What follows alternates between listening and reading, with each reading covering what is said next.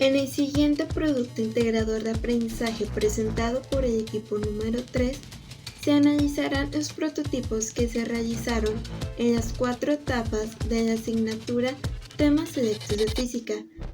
Se hablará sobre sus aplicaciones, función y la ley o principio que se aplica.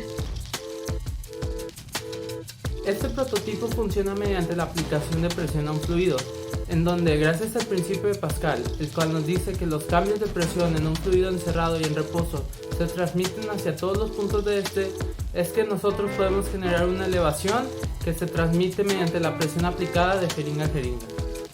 Esto tiene muchas aplicaciones, pero quizá una de las más conocidas es la del sistema que se encuentra en los talleres mecánicos, en donde gracias a la diferencia de áreas y a la conservación de la presión es que se multiplica la fuerza y se logra levantar un auto.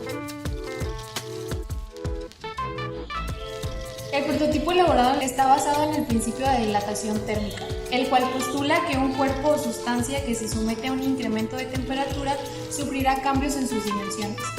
En el estado sólido funciona de 3 formas: dilatación lineal, cuando predomina una dimensión frente a las otras dos; dilatación superficial, cuando predomina 2 dimensiones frente a una tercera; y dilatación volumétrica. Las 3 dimensiones del cuerpo son igualmente relevantes, siendo la lineal la que se observa en el prototipo. Funcionamiento. Hay que encender el mechero y acercarlo poco a poco al resorte de cobre, tratando de entrar cada vez más en contacto con el mismo.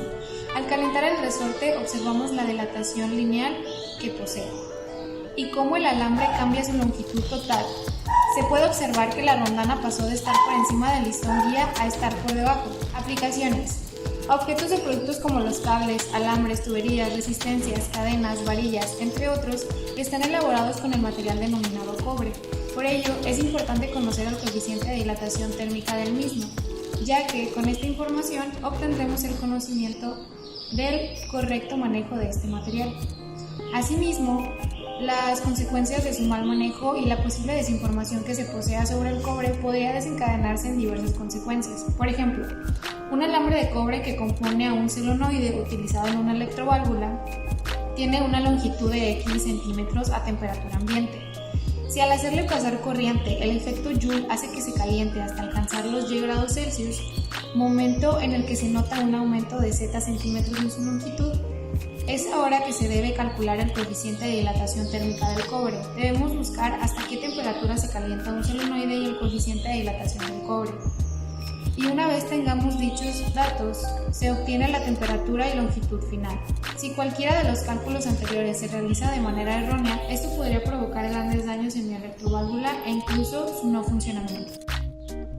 Durante la etapa 3 se abordaron temas relacionados a la electricidad.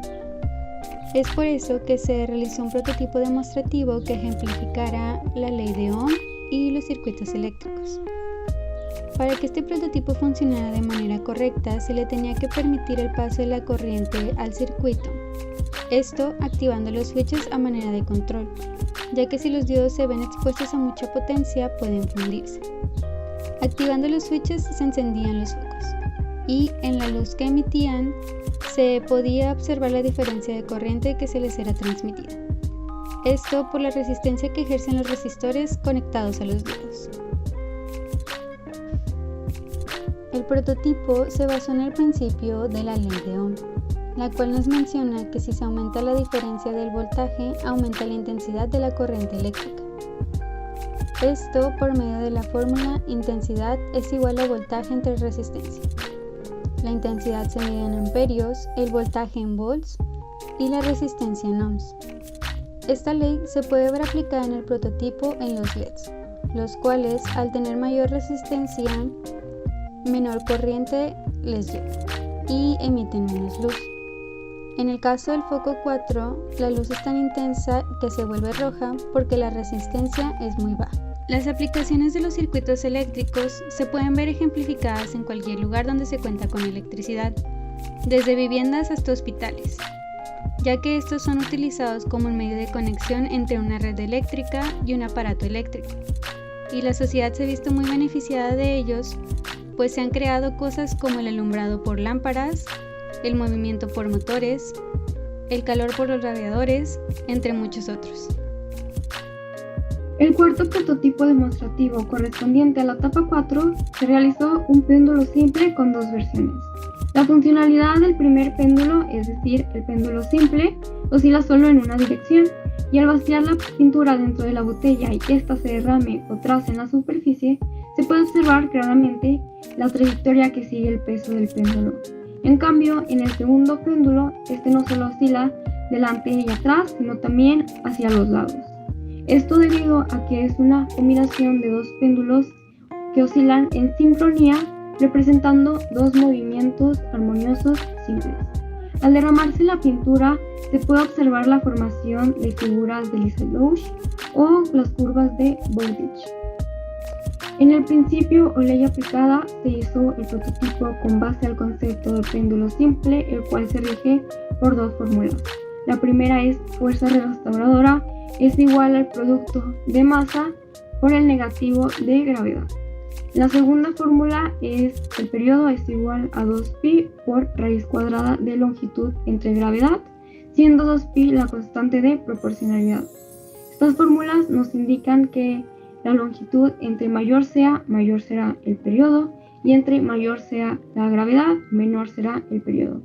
Además de que la fuerza restauradora es un componente de la trayectoria, el cual genera las formaciones de figuras o curvas por medio del movimiento armonioso simple. En cuanto a beneficios y usos, el movimiento armonioso simple se usa para el cifrado de información, la telefonía, la radio e incluso se puede observar en funcionamiento en el lector de barras en el supermercado. En cuanto a la ingeniería civil, se ve reflejado en las formas que componen el sistema de abolición horizontal para la construcción de edificios, en las ondas que afectan el movimiento telúrico, así como en la maquinaria de abolición. ¿A qué nos referimos cuando hablamos de presión? La presión se define como la relación que existe entre una fuerza aplicada y el área en la que se aplica. Si F es la magnitud de una fuerza perpendicular ejercida a una superficie dada de área representada con la letra A, entonces la presión P se define como la fuerza aplicada por unidad de área. Por lo tanto, fuerza aplicada es igual a magnitud de la fuerza entre área. ¿Cómo se mide la presión? Dado que la presión es una fuerza relación de fuerza y área, se mide en newtons sobre metros cuadrados. Esta relación comúnmente se conoce como Pascal en honor a Blaise Pascal. Otras unidades son las libras por pulgada cuadrada, milímetros de mercurio, atmósfera y bar, utilizados generalmente para hacer referencia a la presión atmosférica. ¿Cómo será la fuerza que se obtiene en el pistón mayor de un sistema hidráulico? Depende completamente de la relación que exista entre el área de un pistón y otro. Si el área en el segundo pistón es n veces mayor que la del primero, la de segundo fuerza lo será también. Esto es dada la relación fuerza 1 entre área 1 es igual a fuerza 2 entre área 2. ¿A qué puede referirse la dilatación? Primero, a una dilatación térmica, el cual es un proceso físico por el cual se producen cambios de volumen como resultado de cambios de temperatura. Segundo, a una transformación, dilatación u homocerca en un espacio euclídeo. Y por último, un proceso fisiológico que ocurre durante el parto. ¿Qué pasa cuando se aplica calor a un cuerpo plano? Se calienta, se dilata a lo largo y ancho, aumentando su superficie, pues el calor otorga a sus moléculas energía, lo que las hace vibrar intensamente, necesitando entre ellas un espacio mayor. ¿Qué es un circuito eléctrico y para qué sirve? Es un camino cerrado por donde pasan los electrones. Está formado por cables, bombillas, interruptores o pilas. Su finalidad es que la corriente eléctrica haga un trabajo útil, como mover un motor o encender un aparato en donde se requiera la transformación de energía. ¿Qué tipos de componentes hay en un circuito? En un circuito encontramos generadores, que son los que suministran el voltaje o la energía del circuito, Encontramos los receptores, que son los que transforman la corriente del circuito en trabajo útil. Los conductores, que permiten que se conduzca la electricidad. ¿Qué es lo que hace que los resistores presenten resistencia a la corriente? Esto es gracias a los materiales de los que están hechos. Los resistores de hoy en día están hechos de algunos metales, carbono o óxidos de metal. En estas resistencias, una película fina del material conductor, que todavía es resistiva, se envuelve en una hélice alrededor y se cubre de un material aislante. Esto es lo que les confiere su capacidad resistiva. ¿Cuáles son las características que distinguen al movimiento oscilatorio? Son la amplitud y la fuerza restauradora. La amplitud del movimiento es la distancia que hay entre la posición de equilibrio y la posición extrema que ocupa el cuerpo que oscila. La fuerza restauradora es la fuerza que hace que el cuerpo regrese a su posición de equilibrio. Además, es la causante de los cambios de velocidad.